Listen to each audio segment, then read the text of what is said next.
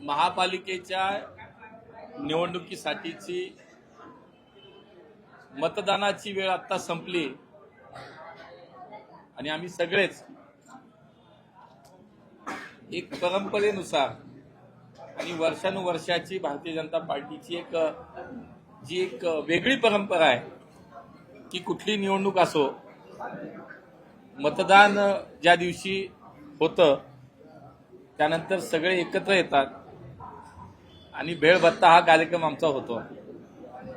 आताही आपण पाहिलं असेल की आम्ही सगळेच मतदान संपल्यानंतर आमचे आमदार हेमंतजी असतील, आमचे सर्व इथले उमेदवार असतील, कसबा मतदारसंघातले सुद्धा सगळे उमेदवार इथं पोहोचतायत. भेळभत्त्याचा कार्यक्रम आता होतोय. आम्ही सगळे 30-30 वर्षापेक्षा जास्त काळ संघटनेत काम करणारे कार्यकर्ते आहोत. त्यामुळे जी जुन्या लोकांची जी त्यांनी घालून दिलेली एक परंपरा आहे, त्याच्यामधला एक एकोपा, त्याच्यामधला एक कुटुंब, एका कुटुंबात काम करण्याचा जो एक फील आहे तो वर्षानुवर्षे जपला गेला. आजही तीच भावना आहे. हे सगळं होत असताना आपल्यातल्या काही लोकांना संधी मिळते, काही लोकांना संधी नाही मिळत. कार्यकर्ते मात्र एक दिल्यानं दुसऱ्या दिवशी कामाला लागतात आणि मग प्रचारानंतर पुन्हा एकदा एक खेळीमेळीच्या वातावरणामध्ये पुन्हा आपल्याला एका दिशेने काम करायचंय. ही भावना मनामध्ये ठेवून आम्ही सगळेजण आजच्या निवडणुकीच्या मतदानानंतर शनिवार पेठेत सगळे आम्ही एकत्र झालोय आणि तीच संस्कृती, जी परंपरा वर्षानुवर्ष पिढ्यानपिढ्या आमच्या जुन्या लोकांनी घालून दिली, म्हणजे ज्या वेळेला हे सुरू होतं भेळभत्ता, आज आपल्याला वाटेल की नेमकं असं काय वैशिष्ट्य आहे, पण अत्यंत प्रतिकूल काळामध्ये ज्या वेळेला आमच्या अगोदरच्या पिढीनं या शहरामध्ये भारतीय जनता पार्टी म्हणून ज्यांनी या संघटनेचं रोपटं लावलं असेल, आज जरी वटवृक्ष दिसला तरी सुद्धा ते रोपटं लावणं आणि ते कशा पद्धतीनं त्याचा वटवृक्ष झाला याच्या मागे परंपरा, संस्कृती, विचार, तत्व हे सुद्धा त्याच्यामध्ये आहे. आणि म्हणून आम्ही आज जरी अनुकूल काळात सगळेजण काम करतोय तरी हे प्रतिकूल काळात जे काही घालून दिलेले आमच्यावरती संस्कार आहेत त्या जुन्या मंडळींची एक आठवण आहे. म्हणजे आमचे अगदी शंकरराव यादव अध्यक्ष होते तेव्हापासूनची जी परंपरा आहे, मग विश्वासराव गांगुर्डे असतील, त्यानंतर सुरेश भिरंगे असतील, आमचे गिरीश भाऊ बापट असतील, विजयराव काळे असतील, अनिलराव शिरोळे असतील, या लोकांपासून जी परंपरा सुरू झाली ती आज तागायत आता संघटना म्हणून आम्ही त्याच्याकडे आमचा एक परिवार म्हणून पाहतो. त्यामुळे आज सगळे एकत्र आलोय आणि तुम्हालाही दिसत असेल की सगळेजण चेहऱ्यावरती सगळ्यांच्या आमच्या जो काही एक आनंद दिसतोय, जो काही विश्वास पुणेकरांनी आमच्यावर व्यक्त केल्याची एक भावना दिसते. त्यामुळे उद्या सुद्धा आपल्या सगळ्यांना आज भेळभत्ता आहे, उद्या सगळेजण गुलाल खेळायला नक्की या.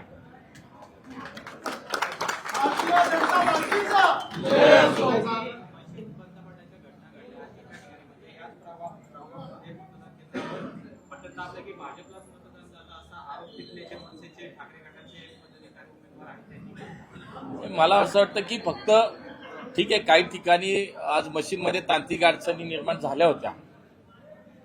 शहरात फक्त इथंच नाही झालं, अनेक ठिकाणी अशा प्रकारच्या काही घटना घडलेल्या आहेत. एकूणच जर आपण पाहिलं तर ताबडतोब त्या ठिकाणी संबंधित जी काही व्यवस्था होती, जी काही यंत्रणा होती, त्यांनी त्याच्यामध्ये तातडीनं लगेच नवीन मशीन्स आणून देणं, त्या मशीन्स दुरुस्त करणं हे ताबडतोब झालं. आता ज्याला माहिती आहे की उद्या काय आपलं होणार नाही, आपली कसंतरी कुठंच काय झालं तरी डाळ शिजणार नाही, त्यामुळे अशा पद्धतीचे आरोप आता करायला सुरुवात केली त्यांनी. उद्या तर पूर्ण दिवस त्याच्यावर चालणार आहे, तुम्ही काळजी नका करू, कारण ही प्रत्येक निवडणुकीनंतरची एक ती प्रॅक्टिस झाली आहे. आमची प्रॅक्टिस आहे भेळभत्त्याची, आता यांची उद्याची प्रॅक्टिस आहे ईव्हीएम.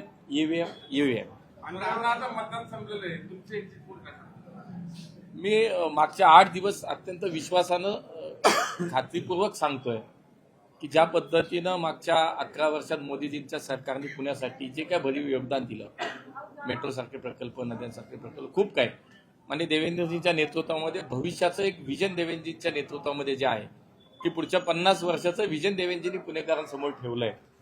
आणि भाजप म्हणून ट्रिपल इंजिन सरकार, 5 वर्ष महापालिका, राज्यातलं देवेंद्रजींचं सरकार आणि केंद्रातलं मोदीजींचं सरकार, हे ट्रिपल इंजिन सरकारने जे पुणेकरांना, आम्हाला ज्यांनी पुणेकरांनी वारंवार संधी दिली काम करायची, आज 2017ला महानगरपालिकेमध्ये आम्हाला सत्ता दिली, आम्हाला काम करायची संधी दिली.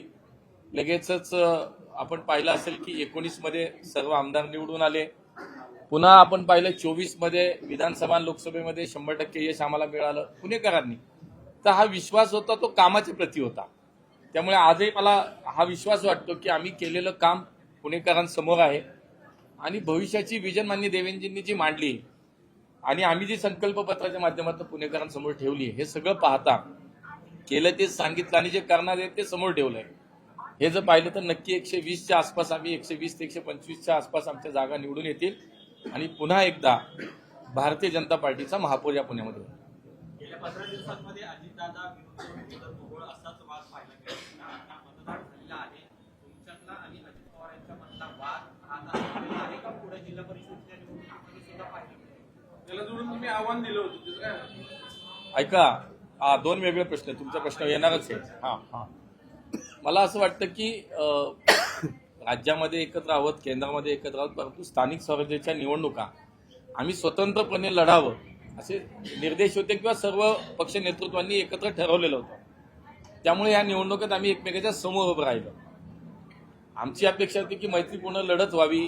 त्या दृष्टीनं आम्ही सगळेजण अत्यंत आमची भूमिका, आमचे विचार स्पष्ट होते की आम्ही कुठल्याही पद्धतीने वैयक्तिक कुणावरती टीका करणार नाही, कुणावरती आम्ही बोलणार नाही. परंतु शेवटी समोरनं काही आलं तर त्याचं प्रत्युत्तर द्यायला लागतं, ह्या भावनेतनं किंवा या भूमिकेतनं काही गोष्टी झाल्या असतील. पण शेवटी आज मतदान झाले. मला असं वाटतं की मतभेद काही प्रमाणात निर्माण झाले, पण मनभेद होऊ नयेत याची काळजी आम्ही तरी नक्की घेतलेली आहे. त्यामुळे भविष्यात उद्या पुढच्या जिल्हा परिषदेच्या निवडणुका असतील किंवा आगामी कुठल्याही, त्याच्यामध्ये मनभेद न ठेवता, मनामध्ये कुठलेही मनभेद न राहता आपण मैत्रीपूर्ण वातावरणामध्ये निवडणुका लढवाव्यात. कुठेही कटुता येऊ नये एकमेकांमध्ये, याची काळजी आम्ही तरी नक्की घेऊ. आता तुमचा प्रश्न तो काय होतं मी विसरलो. मी चॅलेंज दिलं होतं, मी आव्हान दिलं होतं की निलेश गायवळला विदेशात जाण्यासाठी मी मदत केली असं माननीय पालकमंत्र्यांनी सांगितलं होतं, बरोबर? तर मी आपल्या सगळ्यांच्या साक्षीने त्यांना मी आव्हान नाही, मी त्यांना विनंती केली होती. माझ्यापेक्षा ज्येष्ठ आहेत ते.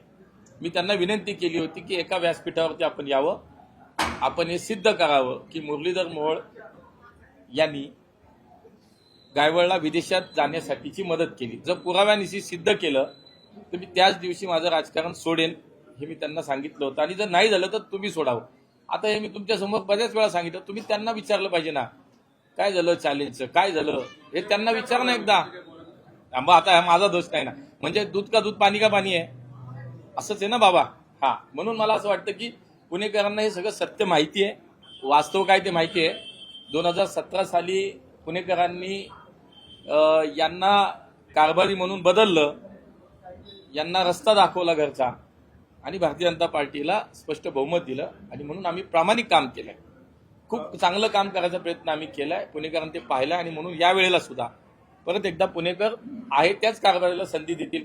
जुना कारभारी आणण्याची कुठलीही वेळ पुणेकर स्वतःवरती येऊ देणार नाही. तुम्ही जरी म्हणत असले आमच्या बाजूने आम्ही सामंजस्य भूमिका करू, दादा म्हणतात मी केंद्रात तक्रार करणार अमित भाईंकडे. चांगलं आहे ना, करू द्या.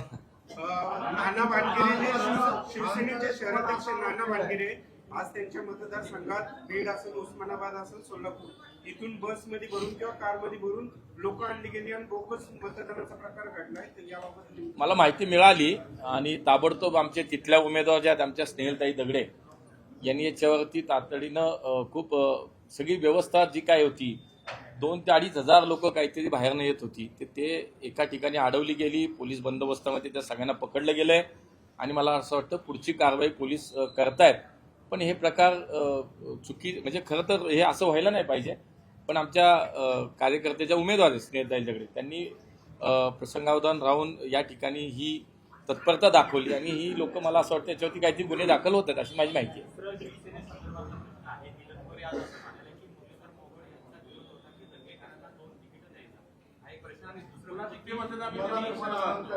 मला हे बघा, मी तुम्हाला पहिले सांगितलं, मी माझ्या पार्टीचं बोलतो.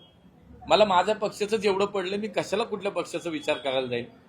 आमची पार्टी, आमचा पक्ष जगातला सर्वात मोठा पक्ष आहे. मला माझ्या पक्षाचं पडलंय, मी शिवसेनेत का हस्तक्षेप करेल? शिवसेनेत कुणाला उमेदवारी हा आमचा कुठं प्रश्न आहे? तुम्ही घेत होता असं मला असं वाटतं मग यांना स्वतःच्याच कर्तृत्वावरती स्वतःवरती विश्वास नाही का? तुम्ही नेते आहात, तुम्ही तुमच्या पक्षाचा निर्णय, मी कसा घेईल? मला काय घेणं पडलंय? तुम्ही मला मागे प्रश्न विचारलात की युतीच्या बैठकीमध्ये ते का नाही आले. त्यांचा विषय नाही, मी थोडीच त्यांच्या युतीची नावं ठरवणार आहे. शिंदे साहेब त्यांची नावं ठरवतात, देवेंद्र फडणवीस आमची नावं ठरवतात. शिंदे साहेब त्यांची तिकीट उमेदवारांची फायनल करतात, आमची उमेदवारी आमचे प्रदेशाध्यक्ष आणि देवेंद्रची फायनल करतात. त्यामुळे मला असं वाटतं की हे काही त्याला अर्थच नाही, उगाच काहीतरी बोलायचं आपलं. सेनेसोबत तुमची युती झाली असं काही निकालात वेगळं चित्र दिसलं असतं की आता चांगलं आहे ते चांगलं आहे. आता झाली नाही, स्वबळाव लढलोय, स्वबळाव जिंकणार आहे. आता आम्हाला सत्ता स्थापनेसाठी कोणाची आवश्यकता नाही. तुम्ही ठरवलं स्वबळावरच जायचं. नाही नाही त्याच्यावर त्यांनी असं उत्तर दिलं की लोकसभेला तुम्हाला आमची गरज होती तेव्हा मुरलीधर मोहोळांना आठवलं नाही. जाऊ द्या ना, आता वैयक्तिक लेवल पातळी कुठं बोलता. लोकसभेला गरज होती तर विधानसभेला आमची गरज लागली. जाऊ दे ना, आता त्याच्यात जायचं नाही, त्याच्यात मागे नाही जायचं. आता बरं, आता निकालानंतर तरी त्यांना सोबत घेणार की नाही? आम्ही महायुतीत आहोत ना बाबा, चिंता नाही, सगळीकडे नाही. पुण्यात तर आमचं स्पष्ट बहुमत येईल असं दिसतंय ना, त्यामुळे त्याच्यात फार काय विचार. शेवटी नेतृत्व आम्हाला जे सांगेल ते करू. दादांचं काय? अजितदादांना सोबत घेणार की नाही? पक्ष नेतृत्व जे आम्हाला निर्णय देईल तो आम्हाला स्वीकार करावा लागेल. पण आज तरी अशी परिस्थिती नाही. आमचे 120च्या आसपास नगरसेवक निवडून आल्यानंतर आम्हाला महापौर करायला कुठली अडचण नाही. त्यामुळे मला वाटत नाही कोणाला सोबत घ्यायची आवश्यकता आहे.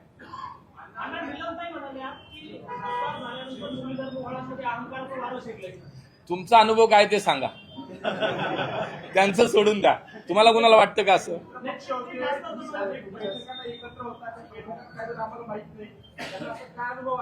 त्या बैठकात मला एकदाही नाही बोलले असं काही.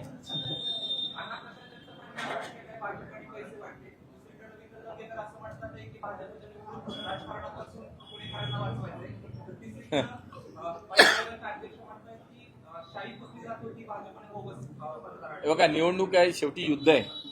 याच्यामध्ये प्रत्येकाला आपापलं म्हणणं मांडणं, आपापलं जो काही विचार आहे तो समोर ठेवणं हे त्यांचा स्वतःचा अधिकार येतो. मग कोण काय म्हणलं म्हणू द्या. आमच्यावर ज्यांनी आरोप केले त्यांना आता लक्षात येते की बाकी दुसरं काय राहिलंच नाही हातात. आता सगळं संपलंय, सगळं गेले, तेलही गेले, तुपही गेले. त्यामुळे आता काही राहिलं नाही. त्यामुळे आता हे असे आरोप होत राहणार. आम्ही ती मानसिकता केलेली आहे की बोला बाबा, काय बोलायचं ते बोला.